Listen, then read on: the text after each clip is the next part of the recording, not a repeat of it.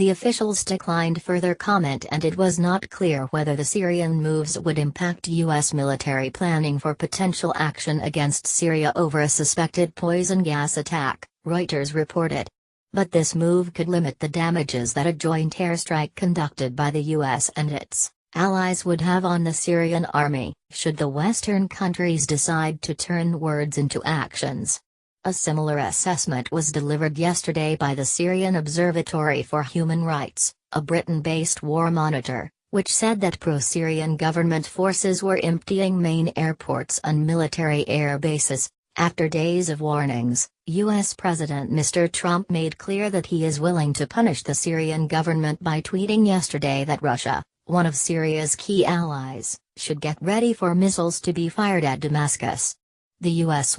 joined in their outcry against the chemical attack by the UK and France, which have agreed to work together and are believed to be preparing for a military strike in response to the alleged chemical attack at the weekend. Prime Minister Theresa May is said to be ready to approve a British military response to the attack without seeking parliamentary approval, the BBC reported.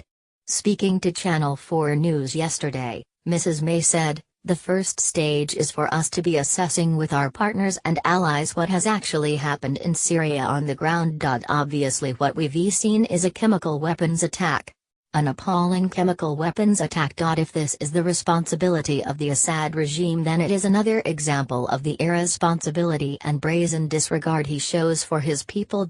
And we believe that those responsible should be held to account." Mrs. May spoke to President Trump over the phone on Tuesday afternoon to discuss their joint response to the attack, a Downing Street spokesperson said. They agreed that reports of a chemical weapons attack in Syria were utterly reprehensible and, if confirmed, represented further evidence of the Assad regime's appalling cruelty against its own people and total disregard for its legal obligations not to use these weapons.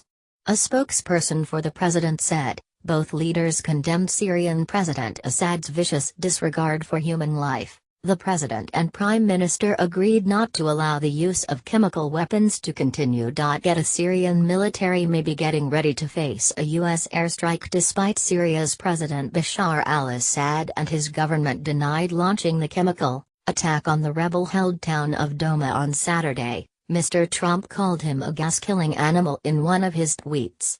The U.S. president tweeted, "Russia vows to shoot down any and all missiles fired at Syria. Get ready, Russia, because they will be coming, nice and new and smart. You shouldn't be partners with a gas-killing animal who kills his people and enjoys it!" A representative from the State Department said that reports show that at least 40 people were killed during the attack. The representative also added that Russia shares the blame of the attack with Syria.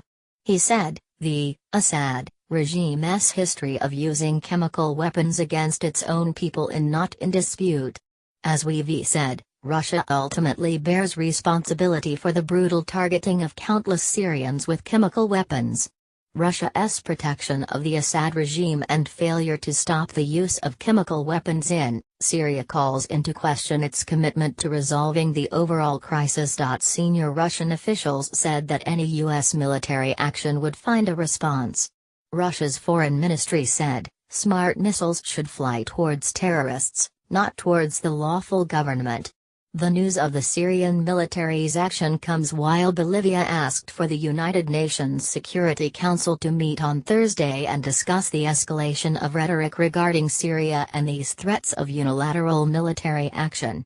Bolivia's UN ambassador, Sacha Sergio Laurentisoles, added, "There's a consistency in these threats, so we are concerned because any unilateral action would be a violation of the principles and purposes of the UN Charter."